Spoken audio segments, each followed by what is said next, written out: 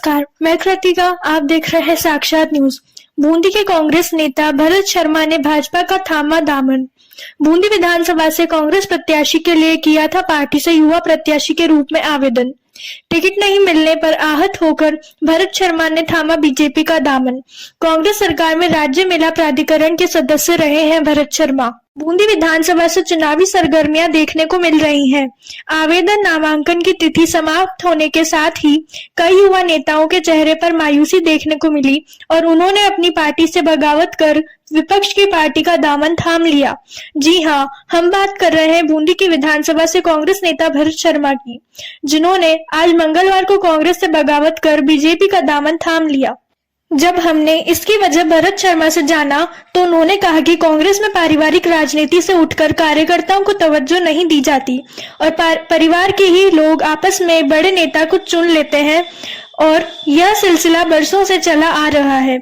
यहाँ तक कि राहुल गांधी और सोनिया गांधी की भी इस बात से अछूते नहीं है। बड़े नेताओं की कथनी और करनी में अंतर देखने को मिलता है।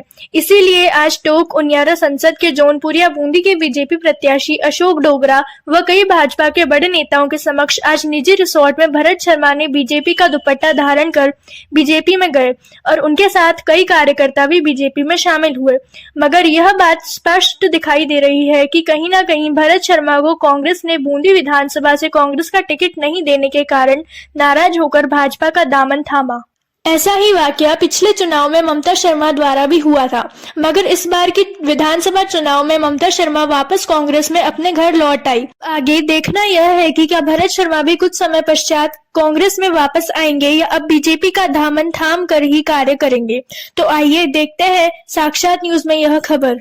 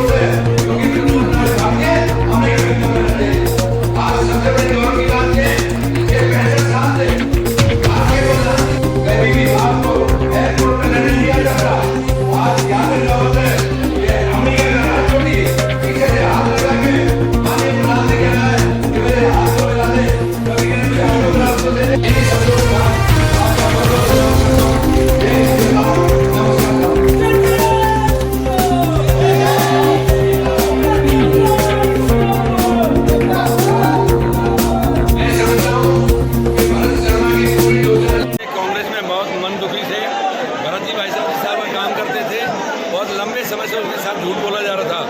मैं समझता हूँ उन्होंने सही टाइम पे सही वक्त चुना है और वो जिस हिसाब से बजरंगबली के भगत थे, भगवान राम के भगत थे, उसके नाते उन्हें उस दल में ही गलत थे।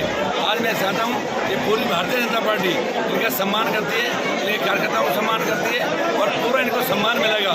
ये सही वक्त पर इन्होंने सही फैसला लिया। आगे जाके पार्टी अगर चुनाव के बाद में पार्टी आती है तो किस प्रकार होगा, जैसा भी मौका होगा पार्टी में उनको हर तरह सम्मान मिलेगा, हर तरह से इनको सपोर्ट किया जाएगा। आज कितने आदमी सदस्यता ग्रहण की बीजेपी की? मैं समझता हूँ हजारों आदमी आपके सामने हैं। एक क्या नाम लेंगे, आज तक मैंने आपको बताया था कि जिस हिसाब से भरत जी ने आज किया है, सारे कार्यकर्ताओं को बुला के सबके साथ बीजेपी ज्वाइन की है, ना कि अकेले आके ज्वाइन की है। तो एक बात बताइए, प्रकार कांग्रेस में कार्य कर रहे थे, इन्होंने पूरे 5 साल में हर योजनाओं को सरकार तक जनता तक पहुंचाया, सरकारी योजनाओं को, फिर भी बीजेपी ज्वाइन करने का क्या कारण रहा? देखिए, मैं समझता हूँ कोई भी योजना ऐसी नहीं है। अगर पेयजल का पैसा दिया तो सबसे पहले सेंट्रल गवर्नमेंट ने दिया, अगर रोड का दिया तो पहले सेंट्रल गवर्नमेंट ने दिया, मेडिकल कॉलेज बनाया तो सेंटर ने दिया। एक भी योजना ऐसी नहीं है। माननीय अशोक गहलोत जी ने जिस हिसाब से चिरंजीवी योजना 25 लाख की घोषणा कर रखी है, 5 लाख तक का बीमा माननीय प्रधानमंत्री देते हैं। आप भली बात ही जानते हो, जिले में एक केस कोई बता दे कि किसी को 25 लाख आज तक मिला। मैंने सवाल ये किया है सर कि भरत जी ने कांग्रेस का पूरी तरह 5 साल 3 साल में प्रचार किया है जी, पूरी तरह गांव-गांव जाकर इन्होंने मुख्यमंत्री की योजनाओं को जनता तक पहुंचाया है, तो ऐसा क्या कारण रहा कि इनको बीजेपी में आना पड़ा? मैं समझता हूँ जिस हिसाब से दुखी थे, जो काम नहीं करने दिया जाता। और मैं आपको योजनाओं को फिर बता दूं, योजना सारी पहले मुख्यमंत्री बाद में है, प्रधानमंत्री की है, उसके बाद में मुख्यमंत्री का सहयोग है, तो इसलिए उन्हीं योजनाओं का आज अब ये मानते हैं कि पहले इन्होंने मोदी जी की योजनाओं का किया है, मुख्यमंत्री तो है ही बाद में। आज आपने कांग्रेस से भाजपा में ज्वाइन किया है, तो कितने व्यक्तियों के साथ किया है और क्या कारण रहा कि आपको भाजपा में आना पड़ा? लगभग हमारे 3 से 4 हजार कार्यकर्ताओं के साथ हम आज कांग्रेस को बाय बाय बोल के भाजपा में आए हैं। कांग्रेस में ये देखा ही नहीं जाता कि कौन स्वच्छ छवि का है, कौन काम कर रहा है, कौन भ्रष्ट है, कौन निकृष्ट है। बस वहाँ तो परिवारवाद की जय जयकार है, वंशवाद की जय जयकार है, जो पुराने 50-50 साल से स्थापित लोग हैं उनकी जय जयकार है। वहाँ पे नए लोगों की कोई वैल्यू नहीं है। या तो वहाँ पर बाहुबली हो, पूंजीपति हो, और या फिर 50 साल से उनकी गुलामी करने वाला हो। नए लोग जो अपना पूरा समय वहाँ पर दे रहे हैं, जो पूरी तरह से उनके लिए काम कर रहे हैं, वहाँ पर उसकी कोई वक़्त नहीं है। इसलिए आज मैंने निर्णय लिया है कि जो पार्टी एक चाय वाले को प्रधानमंत्री बना सकती है, उस पार्टी में ही गांव गरीब किसान का भला है, और इसीलिए आज मैंने को दामन थामा है और उस पार्टी को चुना है। पार्टी के लिए काम करेंगे? बिल्कुल, भारतीय जनता पार्टी के लिए काम करेंगे और बूंदी से विधानसभा प्रत्याशी माननीय अशोक डोगरा साहब को भारी मतों से चुनाव जीता कर लाएंगे। और ओपन चैलेंज है, कोई हराने वाला आ जाए। ठीक है। तो आपके बैनर तले अनशन भी किया था कि जो 50 के पार हो चुके हैं, दोनों ही प्रत्याशी कांग्रेस हो या बीजेपी हो, 50 के पार हो चुके हैं, उनके टिकट चेंज करने की आपने मांग की थी। आपके सवाल में थोड़ी सी त्रुटि है। मैंने कांग्रेस कार्यालय में गांधी जी के नीचे बैठकर कांग्रेस के 85 साल के विधायक के खिलाफ अनशन करके पार्टी को जगाने का प्रयास किया था। जो पार्टी बातें करती है, गांधीवादी विचारधारा की बातें करती है, इसलिए गांधी जी की मूर्ति के नीचे बैठकर मैंने अनशन किया था। तो और मैंने विरोध किया था कि भ्रष्टाचार में लिप्त लोगों को हटाया जाए और नए युवाओं को मौका दिया जाए, लेकिन पार्टी के कान पर जूं नहीं रहेंगी और अंततः हमें ये निर्णय करना पड़ा। ऐसा क्यों? मुझे जहां तक लगता है कांग्रेस का जो शीर्ष नेतृत्व है वो पंगु हो चुका है। माननीय राहुल गांधी जी, प्रियंका गांधी जी, सोनिया गांधी जी, कुछ चंद बड़े नेताओं की कठपुतली बन चुके हैं। उनके अंदर निर्णय लेने की क्षमता नहीं बची है। वो लोग मंच से तो कहते हैं कि हम युवाओं को मौका देंगे, हम देश का बेरोजगारी खत्म करेंगे, हम नई पीढ़ी को आगे लाएंगे, हम वंशवाद को खत्म करेंगे, लेकिन वो सिर्फ और सिर्फ पुराने बुजुर्ग नेताओं की कठपुतली बन चुके हैं और कांग्रेस धीरे धीरे समाप्ति की ओर जा रही है। आज किन लोगों ने आपको कैसे हुए? हमने विश्वास किया था कि जो व्यक्ति 3500 किलोमीटर देश के लोगों के साथ चल रहा है, जो युवाओं की बातें करता है, लेकिन उस व्यक्ति के साथ उसी के पार्टी के लोग छलावा कर रहे हैं और उनको सिर्फ और सिर्फ एक मोहरा बनाकर छोड़ दिया है कांग्रेस पार्टी के अंदर कि गांधी परिवार एक हमारा मोहरा है। बाकी जो भी निर्णय करते हैं, जो भी ड्रामा करते हैं, जो भी नाटक करते हैं, ये पुराने कांग्रेसी करते हैं, ये बुजुर्ग लोग करते हैं। और जो इनकी बरसों से गुलामी करते आ रहे हैं, जो इनको बरसों से फंडिंग करते आ रहे हैं, ये उन्हीं की ओर जाते हैं और नए लोगों को मौका देने में इनको बूंदी बूंदी की एक विधायिका ने भी पहले भी कांग्रेस छोड़ के बीजेपी का दामन थामा और वापस अभी कांग्रेस में आ गई, तो इसका क्या है? वापस क्या आगे आ जाके आप भी कांग्रेस ज्वाइन करेंगे, क्या है? वो उनकी मानसिकता थी, उनके अंदर राज पाने की इतनी लोलुपता थी कि उनको कांग्रेस बरसों से पहले उनके ससुर जी यहाँ पर मंत्री हुआ करते थे, सारे मंत्री पद उनके ससुर जी के पास रहे। उसके बाद उनको खुद को टिकट मिला और वो चुनाव भी जीती, एक बार संसदीय सचिव रही, एक बार विधायक रही। चुनाव हारने के बाद शीर्ष नेतृत्व ने उनको पर विश्वास किया और वो महिला आयोग की राष्ट्रीय अध्यक्ष बनी। तत्पश्चात उनका लगातार बूंदी विधानसभा से हारना, 13,000 से हारना, 15,000 से हारना, 27,000 से हारना, और हारने के बाद जब पार्टी ने एक बार उनको टिकट नहीं दिया तो पार्टी का दामन छोड़ के चली गई। वहाँ से टिकट लिया, वहाँ से भी हार गई। चुनाव जीतने के लिए, जनता के बीच में आने के लिए, जनता की सेवा करना जरूरी है, जनता के साथ रहना जरूरी है। अब वो जयपुर में निवास करते हैं, 6 महीने के लिए बूंदी में आते हैं। बूंदी के लोगों का क्या दर्द है, बूंदी शहर का क्या दर्द है, उन लोगों को पता ही नहीं है। आधी कांग्रेस तो बाहर से आती है, आधी कांग्रेस यहाँ पर आंखों के पट्टे। तो क्या आप भी आगे जाके इस प्रकार का कहीं आने वाले समय में क्या भाजपा आपको मौका देगी वापस इसी बूंदी विधानसभा से? मैं कांग्रेस पार्टी के साथ भी पूरी ईमानदारी और निष्ठा से काम कर रहा था। उन लोगों ने हमारे काम की वैल्यू नहीं समझी और आज हम वापस भारतीय जनता पार्टी के साथ आए हैं। तो मुझे विश्वास है कि भारतीय जनता पार्टी में कार्यकर्ताओं का काम होता है। हमारा विजन है बूंदी का विकास, और माननीय सांसद महोदय ने और माननीय एमएलए साहब ने हमसे वादा किया है कि जो आपका बूंदी का विकास का सपना है उसे हम लोग पूरा करेंगे। तो आज किस किस ने आपको बीजेपी ज्वाइन कराई है, कौन कौन आए हैं, उपस्थित रहे?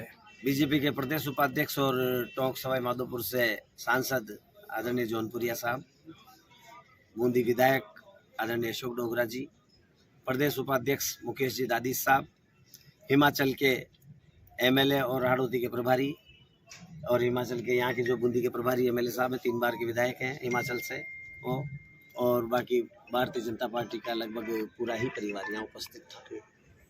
भाजपा ज्वाइन करके खुशी महसूस हो रही है? बिल्कुल खुशी महसूस हो रही है।